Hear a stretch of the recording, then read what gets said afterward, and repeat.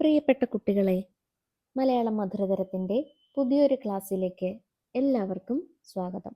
9ാം തരം കേരള പാഠാവലിയിലെ 5ാം യൂണിറ്റിലെ ചിരിയുടെ അരങ്ങേറ്റം എന്ന പാഠമാണ് നമ്മൾ ഇന്ന് പഠിക്കുന്നത്. ലോകപ്രശസ്തനായ നടൻ ചാർലി ചാപ്ലിൻ്റെ ആത്മകഥയായ എൻ്റെ ആത്മകഥ എന്ന കൃതിയിലെ ഒരു ഭാഗമാണ് നമ്മുടെ പാഠഭാഗം. 1889 ലണ്ടനിൽ ജനിച്ച ഇദ്ദേഹം ലോകമറിയപ്പെടുന്ന നടനും ചലച്ചിത്രകാരനുമായി ലോകശ്രദ്ധ നേടിയ കഥ മാത്രമാണ് നമ്മൾക്കറിവുള്ളത്. നിശബ്ദ ചിത്രങ്ങളിലൂടെ ശക്തമായ രാഷ്ട്രീയം അവതരിപ്പിച്ച ചാർലി ചാപ്ലിൻ്റെ ബാല്യകാലം ദാരിദ്ര്യവും പ്രയാസങ്ങളും നിറഞ്ഞതായിരുന്നു.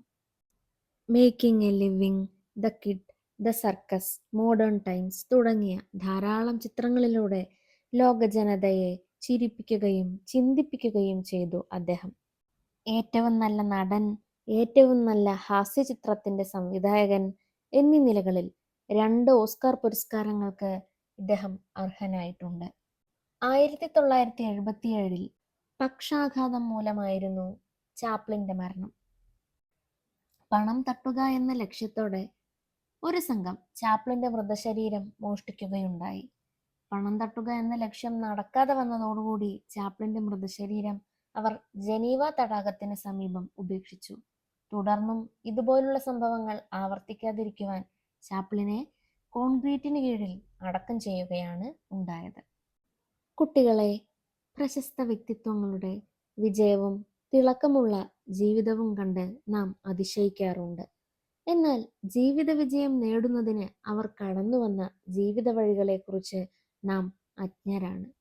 ചാർലി ചാപ്ലിൻ്റെ ആത്മകഥ മലയാളത്തിലേക്ക് പരിഭാഷപ്പെടുത്തിയത് മലയാളത്തിലെ കവിയും എഴുത്തുകാരിയുമായ സ്മിത മീനാക്ഷിയാണ്. 35ഓളം കൃതികൾ ഇതിനോടകം മലയാളത്തിലേക്ക് ഇവർ മൊഴിമാറ്റം ചെയ്തിട്ടുണ്ട്. കുട്ടികളെ, വരൂ, പാഠത്തിലേക്ക് കടക്കുന്നതിന് മുമ്പ് പ്രവേശകം ഒന്ന് വായിക്കാം. തല ഉയർത്തി നോക്കുന്നവർക്ക് മഴവില്ലു കാണാനാകൂ. കുട്ടികളെ, എന്താണ് ഈ വരികൾ അർത്ഥമാക്കുന്നത്? ജീവിതം എന്നത് ഉയർച്ച താഴ്ചകൾ നിറഞ്ഞതാണ്. കയ്പുള്ള അനുഭവങ്ങളായിരിക്കും കൂടുതലും. മഴവില്ല് ലോകത്തിലെ തന്നെ വളരെ മനോഹരമായ കാഴ്ചകളിലൊന്നാണ്. നാം ആകാശത്തിലേക്ക് തല ഉയർത്തി നോക്കിയാൽ മാത്രമേ ആ കാഴ്ചയുടെ മനോഹാരിത നമ്മൾക്ക് അനുഭവിക്കാനാകൂ. അതുപോലെ ജീവിതത്തിൽ പ്രതിസന്ധികൾ വരുമ്പോൾ തളർന്ന് മുന്നോട്ട് പോകാതിരുന്നാൽ ഒരിക്കലും നമ്മുടെ സ്വപ്നങ്ങളിലേക്ക് നമ്മൾക്ക് എത്തിച്ചേരാനാകില്ല. ഏത് പ്രതിസന്ധിയിലും നമ്മെ നയിക്കുവാൻ പ്രാപ്തമായ സ്വപ്നങ്ങളും ശുഭാപ്തി വിശ്വാസവും നമ്മൾക്കുണ്ടായിരിക്കണം. എങ്കിൽ മാത്രമേ മഴവില്ല് പോലെ നമ്മുടെ ജീവിതവും മനോഹരമാകൂ. കുട്ടികളെ, ഇനി പാഠം വായിക്കാം. ചിരിയുടെ അരങ്ങേറ്റം.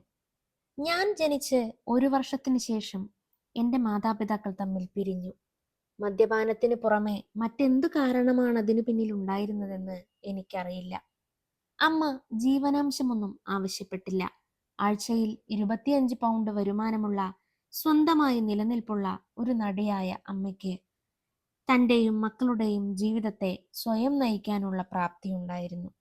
ദൗർഭാഗ്യം പിടികൂടിയപ്പോൾ മാത്രമാണ് അവർ സഹായധനം ആവശ്യപ്പെട്ടത്. അല്ലായിരുന്നുവെങ്കിൽ അവരൊരിക്കലും നിയമപരമായ നടപടികൾക്ക് മുതിരുകയില്ലായിരുന്നു. അമ്മയ്ക്ക് ശബ്ദ തടസ്സം അനുഭവപ്പെട്ടു വന്നിരുന്നു. ശക്തിയുള്ളതായിരുന്നില്ല അമ്മയുടെ ശബ്ദം. ചെറിയ തണുപ്പ് പോലും ആഴ്ചകളോളം നിലനിൽക്കുന്ന തൊണ്ടവേദനയ്ക്ക് കാരണമാകുമായിരുന്നു.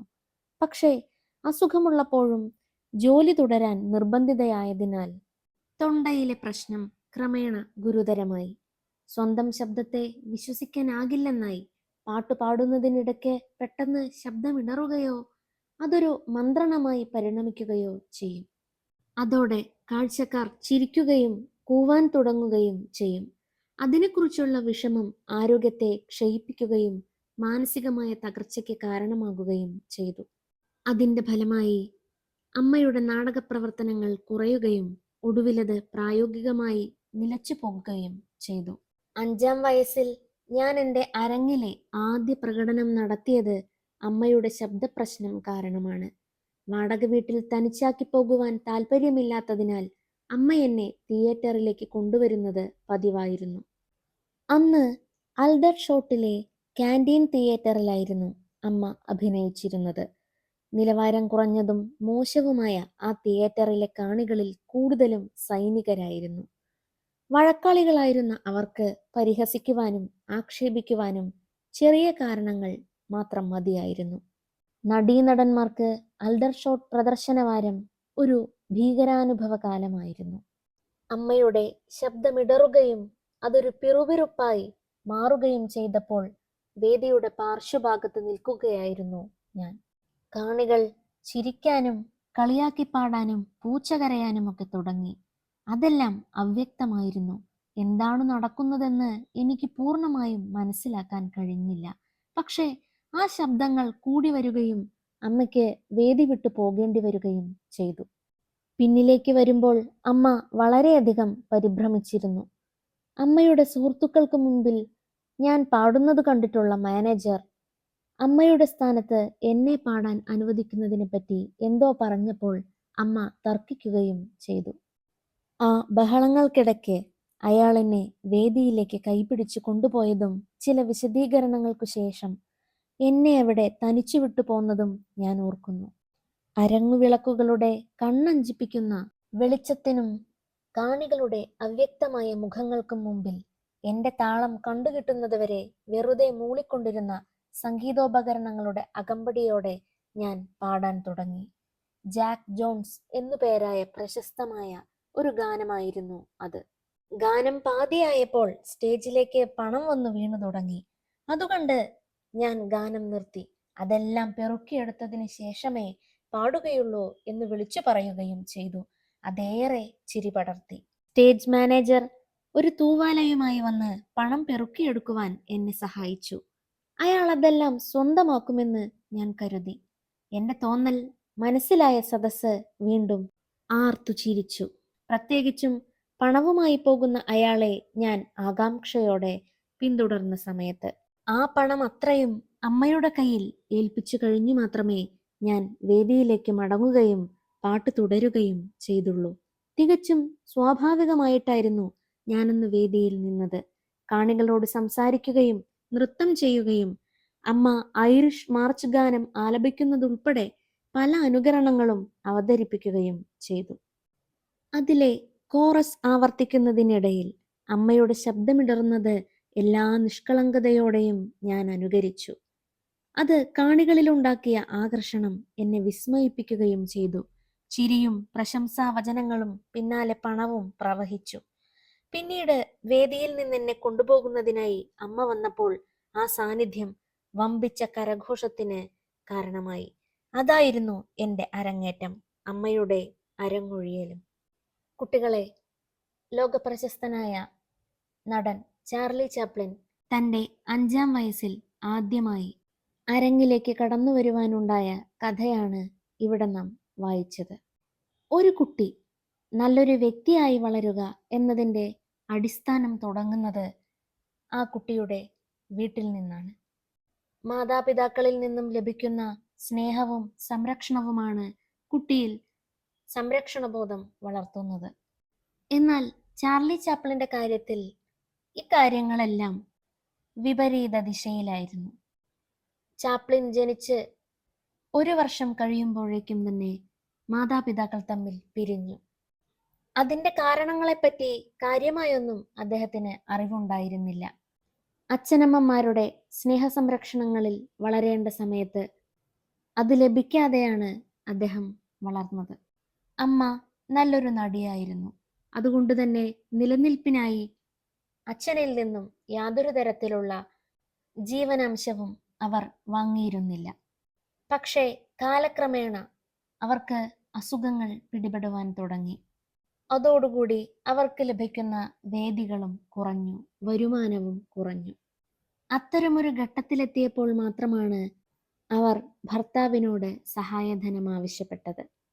ജീവിതത്തിൽ ഇത്തരം പ്രതിസന്ധികൾ വന്നു തുടങ്ങിയപ്പോൾ ആ അമ്മയെ അത് ശാരീരികമായും മാനസികമായും ബാധിച്ചിരുന്നു. കുഞ്ഞായിരുന്ന ചാപ്ലിനെ വാടക വീട്ടിൽ തനിച്ചിരുത്തി പോരുവാൻ മനസ്സു വരാത്തത് കൊണ്ട് അവർ എല്ലായ്പ്പോഴും തിയേറ്ററിലേക്ക് ചാപ്ലിനെയും കൂടെ കൂട്ടാറുണ്ടായിരുന്നു. ഒരിക്കൽ അൾഡർഷോട്ട് തിയേറ്ററിൽ ഒരു പ്രദർശനം നടന്നുകൊണ്ടിരിക്കുമ്പോൾ അമ്മയുടെ ശബ്ദം ഇടറുകയും പ്രദർശനം മുടങ്ങുകയും ചെയ്യുന്ന ഘട്ടമായി. എല്ലായ്പ്പോഴും തിയേറ്ററിലേക്ക് കൂട്ടിക്കൊണ്ടുപോയിരുന്നത് കൊണ്ട് തന്നെ ചാപ്ലിന് അമ്മ പാടുന്നതെല്ലാം അറിയാമായിരുന്നു. അതുകൊണ്ടാണ് മാനേജർ കുട്ടിയെ സ്റ്റേജിലേക്ക് കയറ്റുവാൻ അമ്മയോട് അനുവാദം ചോദിച്ചത്. കുഞ്ഞായിരുന്ന ചാപ്ലിൻ തൻ്റെ 5-ാം വയസ്സിൽ അങ്ങനെയാണ് അരങ്ങത്തെത്തുന്നത്. തൻ്റെ അമ്മ എങ്ങനെയാണോ പരിപാടി അവതരിപ്പിച്ചിരുന്നത് അതുപോലെ തന്നെ എല്ലാ നിഷ്കളങ്കതയോടും കൂടി എല്ലാ ഇടർച്ചകളും ചാപ്ലിൻ അനുകരിച്ചു. കാണികൾക്കത് ഒരു ചിരിയുടെ പൂരത്തിനുള്ള വക തന്നെയായിരുന്നു. അവർ സദസ്സിലേക്ക് പണമെറിയുവാൻ തുടങ്ങി. സദസ്സിലേക്ക് വന്നു വീണ പണം മുഴുവൻ പെറുക്കിയെടുത്തതിന് ശേഷം മാത്രമാണ് വീണ്ടും ചാപ്ലിൻ പാടുവാൻ തുടങ്ങിയുള്ളൂ. ഇതും ചിരിക്കുള്ള മാലപ്പടക്കമാണ് കൊളുത്തിയത്. ചാർലി ചാപ്ലിൻ്റെ കലാജീവിതം ആരംഭിക്കുന്നത് ഇങ്ങനെയായിരുന്നു. തൻ്റെ അരങ്ങേറ്റവും അമ്മയുടെ അരങ്ങൊഴിയലും ഒന്നിച്ചായിരുന്നു എന്നാണ് അദ്ദേഹം ആ സന്ദർഭത്തെ വിശേഷിപ്പിക്കുന്നത്. കുട്ടികളെ യാതൊരു തരത്തിലുള്ള അനുകൂല സാഹചര്യങ്ങളും വളർന്നു വരുവാൻ ഇല്ലാതിരുന്നിട്ടും ചാർലി ചാപ്ലിൻ ലോകമറിയപ്പെടുന്ന നടനും ചലച്ചിത്രകാരനുമായി തീർന്നു. തീർത്തും അരക്ഷിതമായ ഒരു ബാല്യത്തിലൂടെ കടന്നുവന്ന ചാപ്ലിന് എങ്ങനെയാണ് മറ്റുള്ളവരെ ഇങ്ങനെ പൊട്ടിച്ചിരിപ്പിക്കാൻ കഴിയുന്നുണ്ടാവുക എന്ന് നമ്മൾക്ക് അതിശയം തോന്നാം. ഒരുപക്ഷെ ചാപ്ലിനിലെ പ്രതിഭയെ തിളക്കമുറ്റതാക്കിയതും ഇത്തരം അനുഭവങ്ങൾ തന്നെ ആയിരിക്കാം. കുട്ടികളെ, ജീവിതത്തിൽ പലതരത്തിലുള്ള സങ്കടങ്ങളും പ്രയാസങ്ങളും നമ്മൾക്കും അനുഭവിക്കേണ്ടി വന്നേക്കാം. എന്നാൽ ചാർലി ചാപ്ലിനെ പോലുള്ള മഹാന്മാരുടെ ജീവിതം നമ്മൾക്കേകുന്ന പ്രചോദനം ചെറുതല്ല. കുട്ടികളെ, എല്ലാവർക്കും ക്ലാസ് മനസ്സിലായി കാണുമെന്ന് കരുതുന്നു. നിങ്ങളുടെ സംശയങ്ങളും അഭിപ്രായങ്ങളും കമൻറ്റിലൂടെ അറിയിക്കണേ. അതോടൊപ്പം ക്ലാസ് ഇഷ്ടപ്പെട്ടാൽ ലൈക്ക് ചെയ്യാനും ഷെയർ ചെയ്യാനും സബ്സ്ക്രൈബ് ചെയ്യാനും മറക്കരുതേ. എല്ലാവർക്കും നന്ദി, നമസ്കാരം.